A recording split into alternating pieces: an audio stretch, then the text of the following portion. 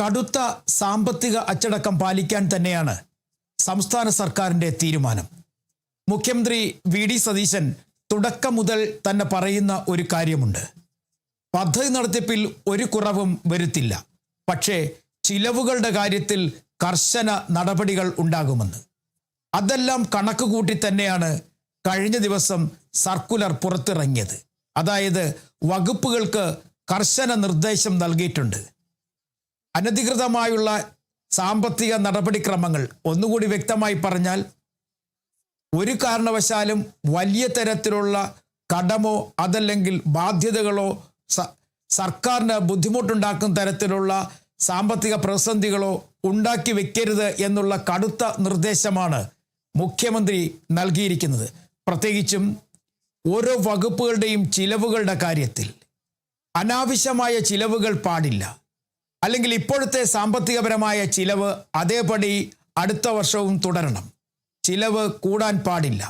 വരുമാനം കൂടുന്നതുവരെ ഇത് തുടരണം എന്നുള്ള നിർദ്ദേശമാണ് മുഖ്യമന്ത്രി തന്നെ നൽകിയിട്ടുള്ളത്. അതുകൊണ്ട് തന്നെ മറ്റൊരു കാര്യം കൂടി വ്യക്തമാക്കിയിട്ടുണ്ട്.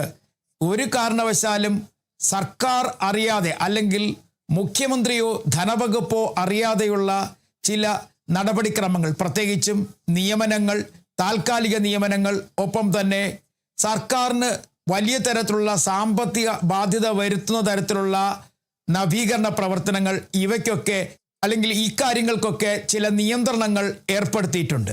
അതുകൊണ്ട് തന്നെ മുണ്ടുമുറുക്കി മുന്നോട്ട് പോകാനാണ് ഇപ്പോൾ സംസ്ഥാന സർക്കാരിൻ്റെ നീക്കം.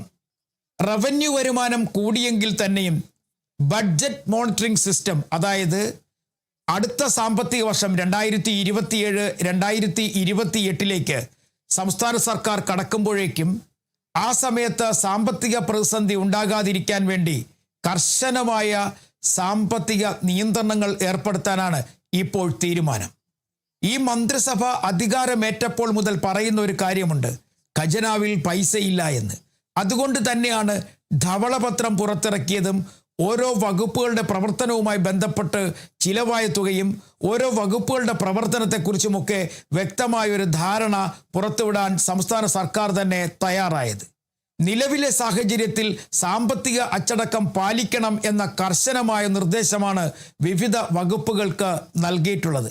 പ്രത്യേകിച്ചും ഉദ്യോഗസ്ഥന്മാരുടെ ടൂറുകൾ, പുതിയ വാഹനങ്ങൾ വാങ്ങുന്ന കാര്യത്തിൽ, ഓഫീസുകൾ മോടി പിടിപ്പിക്കുന്ന കാര്യത്തിൽ, സർക്കാരിൻ്റേതല്ലാതായ പ്രവർത്തനങ്ങൾക്ക് വേണ്ടി അനാവശ്യമായി പൈസ ചിലവിടുന്ന കാര്യത്തിൽ, ഇങ്ങനെ തുടങ്ങി ഒട്ടനവധി കാര്യങ്ങളിൽ കടുത്ത നിയന്ത്രണം ഏർപ്പെടുത്താൻ തന്നെയാണ് സംസ്ഥാന സർക്കാരിൻ്റെ തീരുമാനം. അതേസമയം സേവനപരമായ കാര്യങ്ങളിൽ അല്ലെങ്കിൽ പൊതുജനങ്ങളുടെ താല്പര്യത്തിലുള്ള കാര്യങ്ങൾക്ക് യാതൊരു കാരണവശാലും മുടക്കം വരരുത് എന്ന കർശന നിർദ്ദേശവും നൽകിയിട്ടുണ്ട്.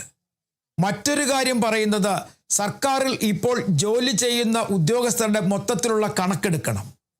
അവരുടെ ശമ്പളം എത്ര രൂപയാണെന്ന് വ്യക്തമാക്കണം. ഇനി ജീവനക്കാരുടെ എണ്ണം കൂടുതലാണ് എന്നുണ്ടെങ്കിൽ അവരെ പിരിച്ചുവിടരുത്, അല്ലെങ്കിൽ പിരിച്ചുവിടാൻ പാടില്ല. പകരം ഒഴിവ് വരുന്ന വകുപ്പുകളിലേക്ക് അവരെ മാറ്റണം എന്നാണ് വ്യക്തമാക്കിയിരിക്കുന്നത്. അതിൻ്റെ അർത്ഥം ചിലപ്പോൾ ചില തരത്തിലൊക്കെയുള്ള നിയമനപരമായ കാര്യങ്ങളിൽ ചില തടസ്സങ്ങൾക്ക് സാധ്യതയുണ്ടാകും, അല്ലെങ്കിൽ നിയമനം മന്ദഗതിയിലാകാനുള്ള സാധ്യതയും കാണുന്നുണ്ട്. എന്തായാലും ഒരു കാര്യം വ്യക്തമാക്കിയിരിക്കുന്നു, അല്ലെങ്കിൽ സർക്കാർ ഒരു കാര്യം കൃത്യമായി പറയുന്നു: കടുത്ത സാമ്പത്തിക അച്ചടക്കത്തിലൂടെ തന്നെ സർക്കാർ മുന്നോട്ട് പോകുമെന്ന്. ഇതിനിടയിൽ ഒരു കാര്യം കൂടി പറയുന്നുണ്ട്: താൽക്കാലിക ജീവനക്കാരുണ്ടെങ്കിൽ അവരുടെ കാര്യത്തിൽ തീരുമാനമെടുക്കേണ്ടത് അതത് വകുപ്പുകളാണ്. താൽക്കാലിക ജീവനക്കാരുടെ എണ്ണം കൂടുതലാണെങ്കിൽ അവരെ ഒഴിവാക്കാം. ഒപ്പം തന്നെ കൂടുതൽ ആളുകളെ എടുക്കാനുള്ള അനുമതിയും നൽകിയിട്ടുമില്ല. അങ്ങനെ കൃത്യമായി ഒരു സാമ്പത്തിക അച്ചടക്കം പാലിക്കാൻ തന്നെയാണ് സർക്കാരിൻ്റെ ഇപ്പോഴത്തെ തീരുമാനം. റവന്യൂ വരുമാനം കൂടിയെങ്കിൽ തന്നെയും പക്ഷേ സർക്കാർ നടപ്പിലാക്കാൻ ഉദ്ദേശിക്കുന്ന വലിയ തരത്തിലുള്ള വികസന പദ്ധതികളുണ്ട്. ആ പദ്ധതികൾ നടപ്പിലാക്കണം എന്നുണ്ടെങ്കിൽ കൂടുതൽ ധനം ആവശ്യമായി വരും. ഇതുകൊണ്ട് തന്നെയാണ് ഈ സാമ്പത്തിക അച്ചടക്കം എന്ന കാര്യത്തിൽ ഉറച്ചു നിൽക്കാൻ സർക്കാർ തീരുമാനിച്ചിരിക്കുന്നത്. ഇനി സർക്കാരിൻ്റെ ഇതുവരെയുള്ള പ്രവർത്തനങ്ങൾ, അല്ലെങ്കിൽ കഴിഞ്ഞ 2 മാസത്തെ പ്രവർത്തനങ്ങളല്ല വിലയിരുത്താൻ പോകുന്നത്. ഈ സെപ്റ്റംബർ 15 വരെയുള്ള കാര്യങ്ങൾ അല്ലെങ്കിൽ സെപ്റ്റംബർ 15 ശേഷം അടുത്ത ബഡ്ജറ്റിലേക്കുള്ള കണക്കുകൾ നൽകണം എന്നുള്ളതാണ് ഇപ്പോൾ നൽകിയിരിക്കുന്ന മറ്റൊരു നിർദ്ദേശം. അതായത് അടുത്ത സാമ്പത്തിക വർഷം ഏതൊക്കെ രീതിയിൽ ഓരോ വകുപ്പുകളും നടപ്പിലാക്കണം, അതിന് എന്തുമാത്രം തുക ചിലവാകും എന്ന കാര്യത്തിലൊക്കെ ഒരു വ്യക്തമായ കണക്ക് സെപ്റ്റംബർ പകുതിയാകുമ്പോഴേക്കും ബഡ്ജറ്റ് തയ്യാറാക്കുന്നവർക്ക് നൽകണം, അല്ലെങ്കിൽ ധനവകുപ്പിന് നൽകണം എന്ന നിർദ്ദേശവും നൽകിയിട്ടുണ്ട്. നിലവിലെ സാഹചര്യത്തിൽ നിർമ്മാണ പ്രവർത്തനങ്ങൾക്കോ അല്ലെങ്കിൽ വികസന പ്രവർത്തനങ്ങൾക്കോ ഒരിക്കൽ പോലും ഈ സാമ്പത്തിക അച്ചടക്കം പാലിക്കുന്നതിലൂടെ വഴിമുടക്കം ഉണ്ടാകില്ല എന്നാണ് സർക്കാർ വ്യക്തമാക്കുന്നത്. എന്തായാലും വലിയ ഒരു സർക്കുലർ കഴിഞ്ഞ 2 ദിവസത്തിനിടയ്ക്ക് എല്ലാ വകുപ്പ് മേധാവികൾക്കും നൽകിക്കഴിഞ്ഞിരിക്കുന്നു. ഇതുമായി ബന്ധപ്പെട്ട പ്രതിപക്ഷത്തിൻ്റെ ഒരു തരത്തിലുള്ള പ്രതിഷേധമോ അല്ലെങ്കിൽ അവരുടെ അഭിപ്രായങ്ങളോ പുറത്തു വന്നിട്ടില്ല. വരും ദിവസങ്ങളിൽ ഒരുപക്ഷെ അത് ചർച്ചയായി മാറാനുള്ള സാധ്യതയുണ്ട്. കാരണം ശമ്പള വർധന, പുതിയ ശമ്പള കമ്മീഷൻ ഉൾപ്പെടെയുള്ളവയെ നേരത്തെ തന്നെ LDF സർക്കാർ തീരുമാനിച്ചിരുന്നു, അവരുടെ പ്രവർത്തനം തുടങ്ങിയതുമാണ്.